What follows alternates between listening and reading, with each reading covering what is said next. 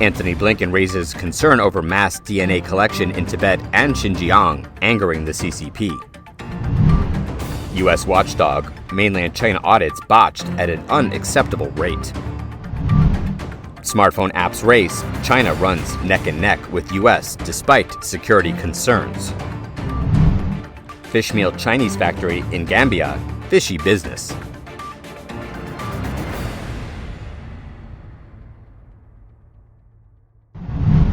Secretary of State Antony Blinken has raised concern over the collection of DNA from Tibetans and Uyghurs by the Chinese Communist Party, CCP, angering Beijing.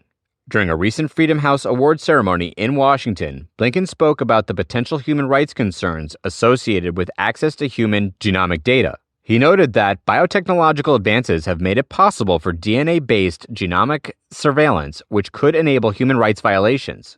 Blinken's comments marked the highest-level U.S. acknowledgement of this issue to date. And we've seen some of those, for example, committed by the People's Republic of China against Uyghurs and other minorities in Xinjiang. We're also concerned by reports of the spread of mass DNA collection to Tibet as an additional form of control and surveillance over the Tibetan population. A State Department spokesperson told Radio Free Asia that the U.S. is dedicated to promoting the human rights of Tibetans and preserving their unique cultural heritage. The U.S. keeps raising human rights concerns in the region with the CCP. We are alarmed by the reports of the use of mass DNA collection in Tibet as an additional form of control and surveillance over the Tibetan population. We urge the PRC to stop this intrusive and disturbing policy. According to a report from Human Rights Watch last year, the Chinese Communist regime is collecting DNA en masse from residents across the Tibet region. The report noted the DNA collections of almost all age groups, ranging from kindergarten to children aged 5 and above, and residents' blood is collected without consent. A study published by the University of Toronto's Citizen Lab reveals that the CCP has gathered over 1.2 million DNA samples in the last 5 years. Human rights activists, foreign journalists, and diplomats are prohibited from entering the Tibet region independently. A U.S. accounting watchdog has identified significant flaws in audits conducted by mainland Chinese firms listed in the U.S. The Public Company Accounting Oversight Board, PCAOB, on May 10th said that it had reviewed audits conducted by KPMG Huazhen and PricewaterhouseCoopers, PwC, in Hong Kong. They said the works were rampant with an unacceptable rate of deficiencies. The American regulators said the problems have been so acute that PCAOB staff believe the audit firm failed to obtain sufficient, appropriate audit evidence to support its work on the public company's financial statements or internal control over financial reporting.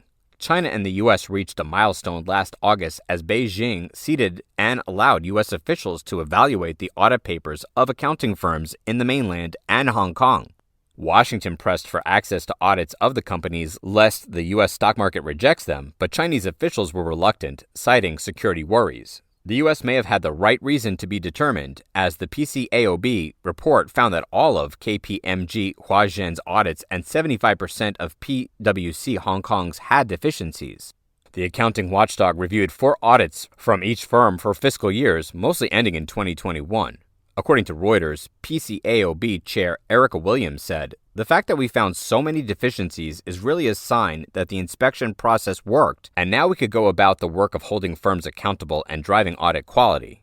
Williams said the PCAOB would give the auditors a year to correct quality control flaws, and the agency would make referrals to its enforcement team where appropriate.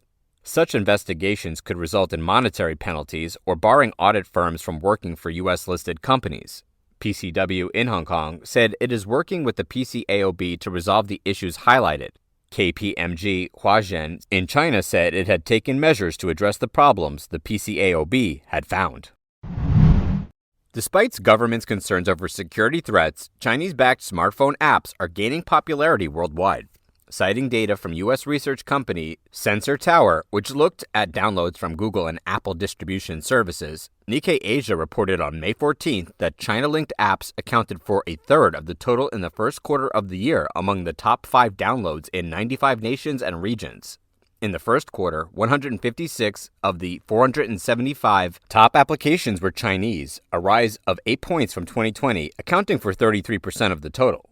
The most widely used short video sharing site was TikTok from ByteDance, which ranked in the top 5 in 82 markets, or 86% of all markets. CapCut, the company's video editing app, is expanding quickly, ranking in the top 5 in 48 markets, or 51%. The fast fashions retail app Shein was well-liked by young people, performing particularly well in South America and Europe. It ranked in the top 5 in 10 nations, including Spain and Brazil. The share of U.S.-developed apps is roughly the same as those of Chinese apps, with 25% going to Instagram and other Meta apps. However, American apps make up 50% of all apps in the first quarter of 2020. Therefore, the U.S. and China are now running neck and neck. Globally, limitations on Chinese apps are tightening due to national security concerns. For example, public officials must refrain from installing them on government-provided equipment in the U.S. and Europe. The American state of Montana forbade the downloading of TikTok. In addition, in a study published by the U.S.-China Economic and Security Review Commission, an advisory body to the U.S. Congress, Shein was identified as posing a danger of data breaches and intellectual property infringement. Jun Osawa, a senior research fellow at the Nakasone Peace Institute, said, "We cannot rule out the possibility that the data collected from around the world will end up in the hands of the Chinese government." The Gambia has fostered close ties with China in recent years, especially since Gambia severed ties with Taiwan and signaled a 99-year lease with China in 2015. Under the controversial leadership of former Gambian President Yahya Jammeh, China's first fish factory was opened in Gunjur. Gambia now has 3 plants where fish oil and fish meal are produced and exported to China, Europe, and many other countries. The fishing community thinks a Chinese-owned Fishmeal factory is disrupting life on their shores. On May 22, 2017, almost a year after the Fishmeal factory opened, the lagoon at Bao Long Fenyo, a nearby wildlife sanctuary, was full of dead fish and turning a deep red. The National Environment Agency filed the lawsuit against Golden Lead at a magistrate's court, alleging that wastewater from the plant caused the damage. But factory operations were quickly resumed after a $25,000 out-of-court settlement was reached. Early this year, Bamba Banja, a former top official of the Ministry of Fisheries, was found guilty of corruption for receiving at least 5 payments of $1,600 from Golden Lead between 2018 and 2020. In addition, many fishermen and factory workers said they had skin problems after entering the sea near the factory. The Dutch NGO Changing Markets Foundation, the largest fishmeal plant, accounts for 40% of Gambia's total fish catch in a year. According to political watchdog Watch Gambia, this comes despite Gambian laws that forbid foreign nationals from renting land for more than 26 years. The lack of fish angers most people in Gunjur. They say stocks are being overfished. Bubakari, a fisherman from Gunjur, said, "Before the factory came here, there were a lot of fish in the sea. If you want to fish now, you need to cross the border to Senegal or Guinea-Bissau." Golden Lead guarantees 6 months contracts with most Senegalese fishermen with large-scale capacity boats. The factory buys in bulk, paying $5 a basket, 3 times less than the purchase price at local markets. Some fishermen accept because the contract is maintained for a long time, but it means that the locals have fewer fish. Gunjur residents also complained. Dembo Darbo, the mayor of Gunjur village, said Golden Lead broke commitments with the fishing community. Golden Lead promised to create 600 jobs for the community here, but according to a worker at the factory, only 40 Gambians were employed at Gunjur's Golden Lead factory. The working conditions are dire, and wages are unsatisfactory at around $60 a month, paying with cash. "They deduct my salary to pay income tax and Social Security. I don't even have an account or a Social Security number," a worker said. Environmental journalist Mustafa Mena pointed to a United Nations report from 2019 that found sardines and banga are being overfished in waters off Gambia and believes there could be a dire consequence in 5 years from now. The amount they are extracting every day is seriously going to affect our biodiversity. There could be a food insecurity. One of the leading anti-fishmeal activists is microbiologist Ahmed Manjang, who is part of a group of environmentalists who have taken Golden Lead to court.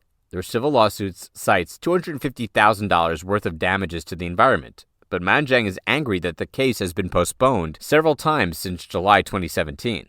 Manjang believes the Chinese have compromised our legal system.